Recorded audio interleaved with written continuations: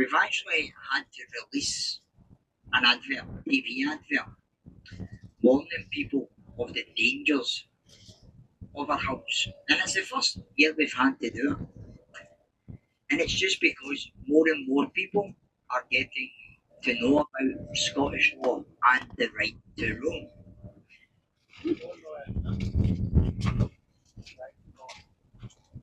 Now, the problem with it is the fact that people have no common sense.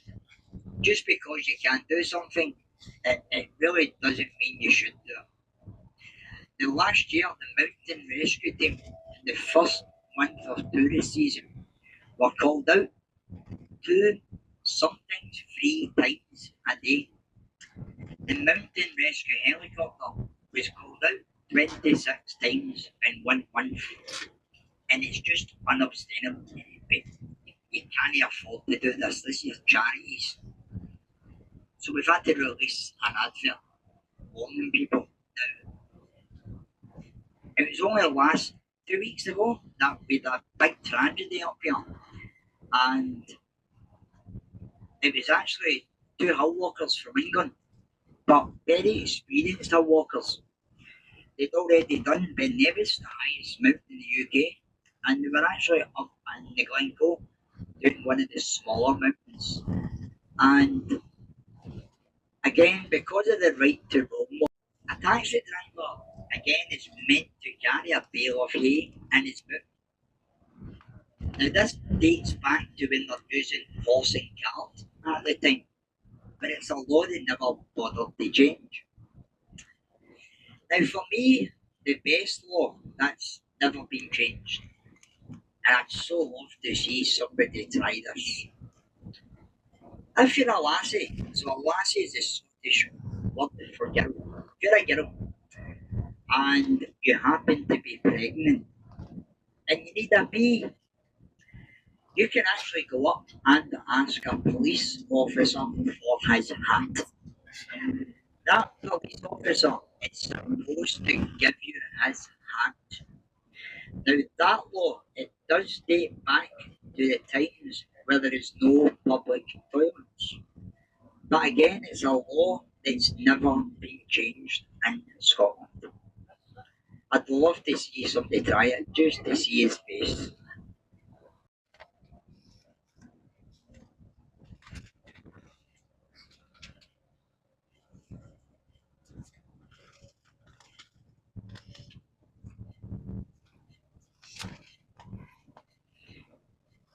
Now we do come back this way, but see if you look over to your left, between the two mountains you'll see it's like a white line running down that hill there. That's the geographic fault line that runs across Scotland. As we come back today, and I point it out, we get a better view to be back over.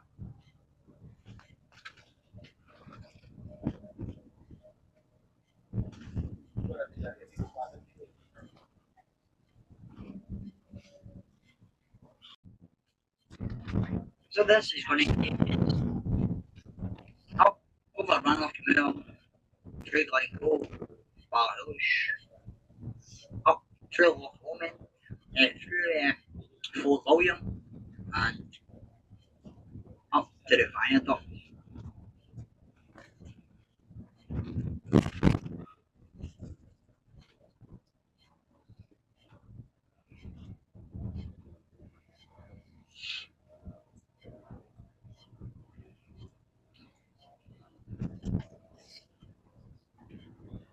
You'll see the sign that officially welcomes us to the Highlands. This will be us crossing that geographical fault line.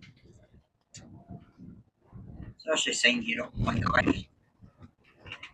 Now the area that we are travelling over is called Rannochmoor, and this is where all the peat bogs are.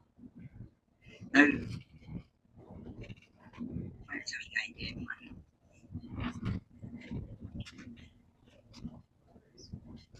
So this is where all the peat bogs are. Now peat is classed as a natural resource in Scotland, and you do need a special license now to cut it. Before that, if you cut peat, it would come out of the ground mushy, soaking wet. But see if you cut it into smaller blocks and let them dry, it becomes an excellent source of fuel, especially fire. And it does give off a tremendous amount of heat, but it's very smoky. So because of the heat that it does generate or give off, it would have been used for heating your homes, for cooking. The blacksmiths and farriers, they would have also have used it. Now it does still get used to this day, but it is mainly used on the islands, like of Isla Jura, places like that. And it's mainly used now for the whisky industry. Because of the smoke that peat gives off, they then use that to smoke their barley. And they then use that barley to then make whisky. And that's how they get the earthy and smoky taste in the whisky. Island whisky you will tend to find is very smoky and earthy taste to it. But that's why. The Harry Potter fans, or Harry Snotter fans, over on our right here, you might recognise this from the Deathly Hallows Part 1. And it's from here they start to zoom in to the Hogwarts Express crossing in the background.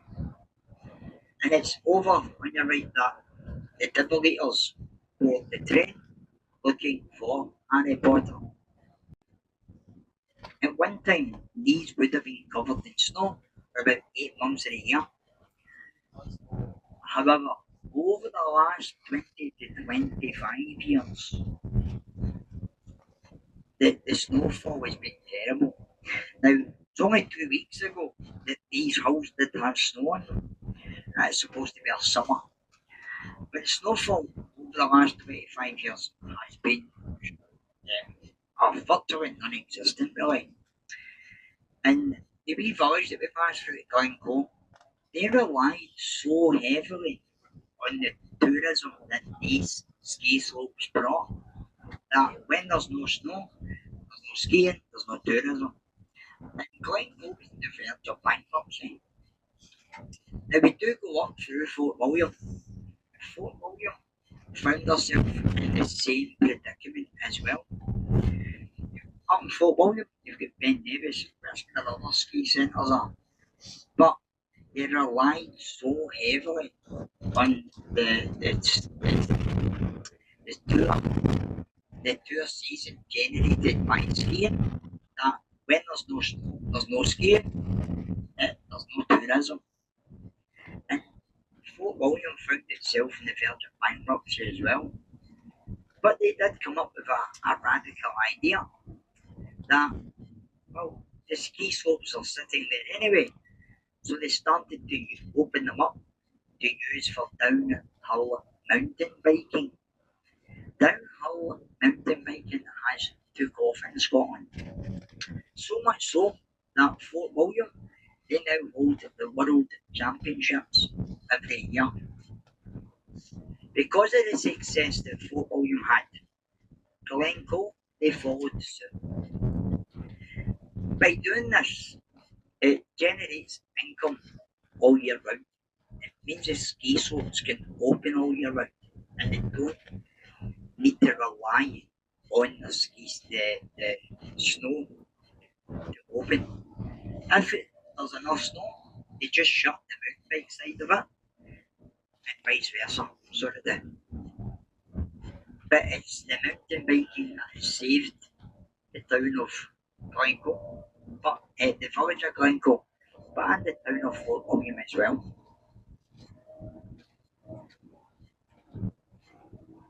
In the Harry Potter films, this is where the Golden Trio camp out when they're looking for the Horcrux.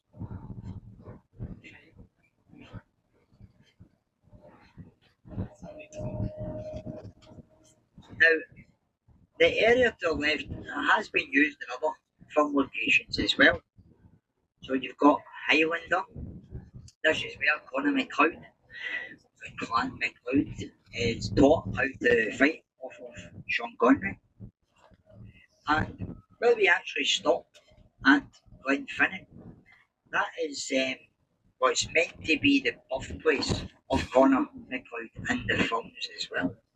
It also features in the opening credits of Outlander, and the wee house that passed on the left that also features in Outlander, the new one that's coming out.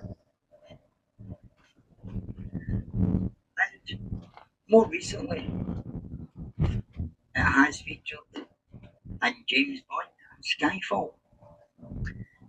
Now, if you're a James Bond fan, shut your eyes. Imagine that you're sitting in your Aston Martin right now. This is the road that James Bond drives on. It's also where the mistake appears in Skyfall. Because in Skyfall, when they're telling Bond, and they're telling Bond how he gets up to his ancestral home, they actually tell him to take the A9. That's the wrong road. The road that we are on is the A82. So that's the mistake that appears in Skyfall.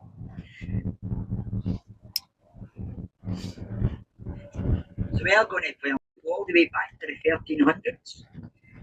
Angus MacDonald, the clan chieftain, is gifted this land by Robert the Bruce as a thank you for the help that the MacDonalds give them during the Wars of Independence.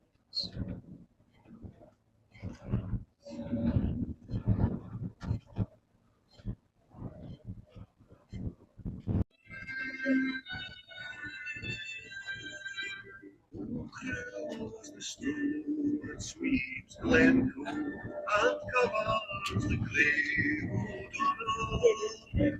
Oh, cruel was the foe that famed Glencoe and murdered Sir MacDonald. They came and bullets upon their feet, and for their heads, dry shoes for their feet. We wait them the night that they ate to work, and they slept in the house of MacDonald. Oh, was the snow that sweeps Glen and covers the grey O'Donnell. Oh, blue was the fool that came to Glencoe and murdered the house of MacDonald. They came from Fort William with mother and wine. A Campbell had lost, and William had signed. Put all to the sword these words underlined, and leave them alive called MacDonald. Who was the soul that sweeps Glencoe and covers the field O'Donnell? Oh, cruel was the foe that raped Glencoe and murdered the house of MacDonald. Came in the night when the men were asleep. There's fine to our gales, there's no soft and clean, like mother and foxes upon the sheep. They slaughter the house of MacDonald. Some died in the beds of the hand of the foe. Some fled in the night and were lost in the snow. Some leapt to accuse him who struck the first blow. But God was the house of MacDonald. Oh, the snow that sweeps Glencoe and covers the grey O'Donnell. Oh, cruel was the fool that made Glencoe and murdered the house of MacDonald. They sign the letter and they make their way up to Fort William. When they get there, the sheriff is already left. And they're told that they then have to make their way down to a place called Inverary. Now, Inverary is the stronghold of the clan Campbell.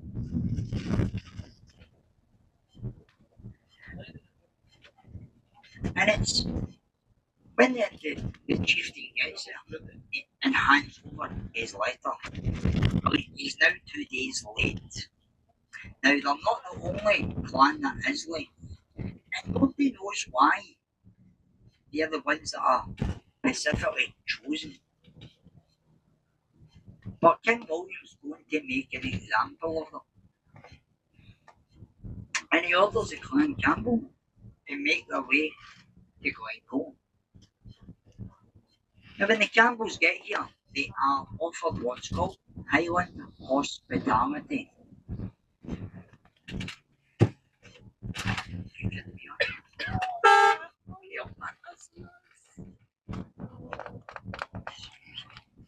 They're offered what's called Highland hospitality. It's not that driver's fault, by the way, to be honest with you. I guarantee he's got a tour guide with him, and the tour guide will be like, sodden. They just forget there's cars behind them and all that. So the McDonald's offer the Campbells what's called Highland hospitality. And the Campbells stay with the McDonald's for about 6 days. It's then on the 13th of February 1692 that King William signs the order. Every male MacDonald under the age of 70 is to be put to the sword. And the Campbells are ordered to use fixed bayonets only. And this is solely to cause the inflict the most amount of damage. And it's what's known as the Glasgow massacre.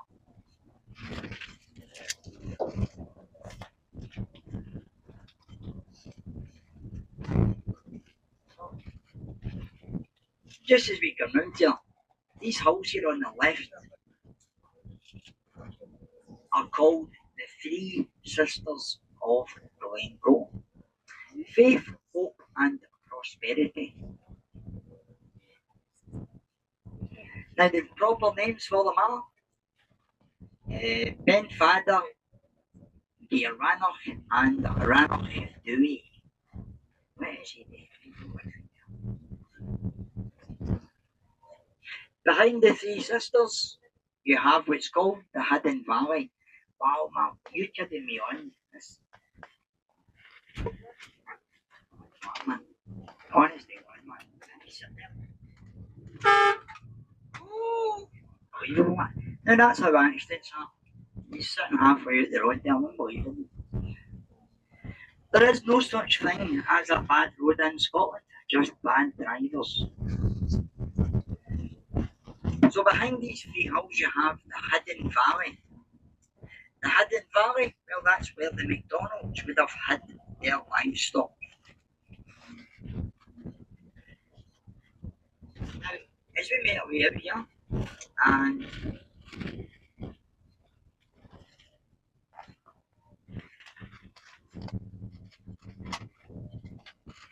and we make our way through the Glasgow, we're actually going to pass by a hotel here.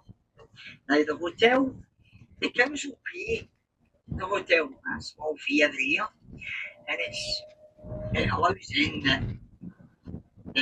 the locals from Ballyhillish and Glasgow, the local schools, they get to use the facilities that the hotel have. So like so the sauna, gym, steam room, swimming pool and that. And the hotel, well, they hire a new manageress. And the manageress, her second name happens to be Campbell. It was so much hassle here that the locals, they started boycotting using the hotel. Yet the local school, they boycott using the hotel. And the hotel were then left with no choice, but they had to move this woman to one of the other resorts up Navimore, all because her second name was Campbell. The Campbell name is still hated to this day in these parts, so it is, and it all goes back to what happened in 1692.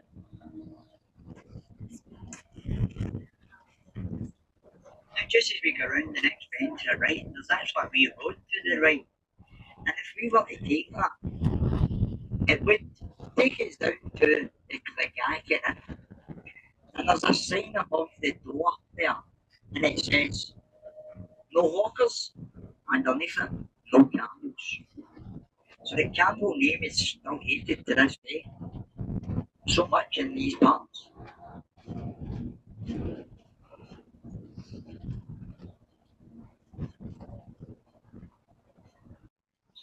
So this is a sea loch, and it is Loch Linney. That's kind of thrown me a bit, so yes, so we're going to go back to Corang. So that's Corang's bridges. Deliberately has a nut and bolt missing, and it's so that Corang's prediction could never come true. Now we did say that Corang predicted the Glencoe massacre. Now after the Glencoe massacre, Corang, she makes her way up to the chieftain's home. And in his home, she finds the mutilated body of Angus, the clan chieftain. And she takes his sword and she launches it into Kinloch leaving. And she puts a curse on it. As long as that sword stays in that water, then never again will any man from Glencoe lose his life in battle. And it stays there. One day there's a guy and he dredges the loch and he finds the sword and he's so pleased with himself that he found this. And he rushes up to the local pub to show it off. Now, the locals up there know about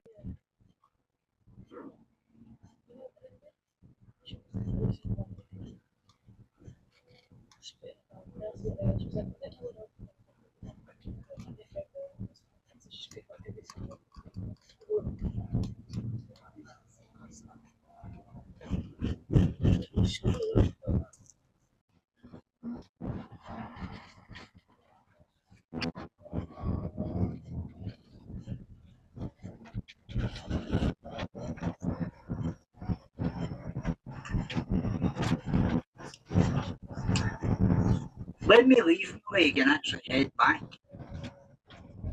it'll be the exact same. So, well, it is horrendous. So it's just so stressful because everything is timed for this viaduct bridge. And even when we go back there, there's no guarantee we'll let the bus in. It's just, it's horrendous, you know, man, honestly.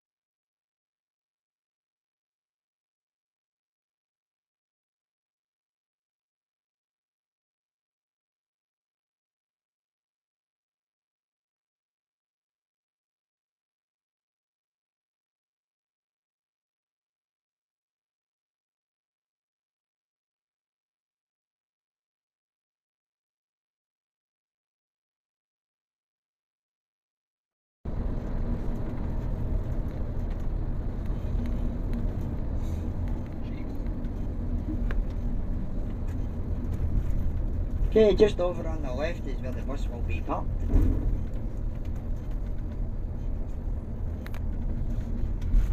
The train will pull in to here at 12:20.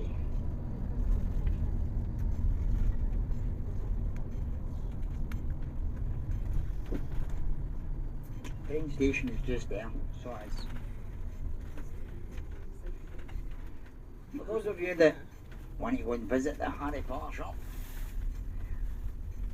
So just up here on the left, just up there on the left, that big white building you see, the Highland Hotel, it's behind that is where Muggles Lane is. Just walk down the lane and the building's on the right hand side.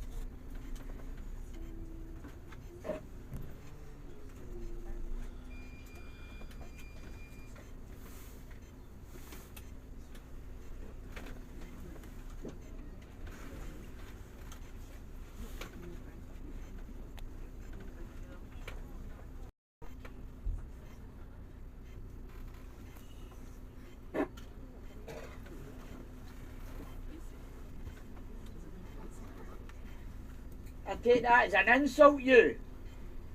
I seen that was open.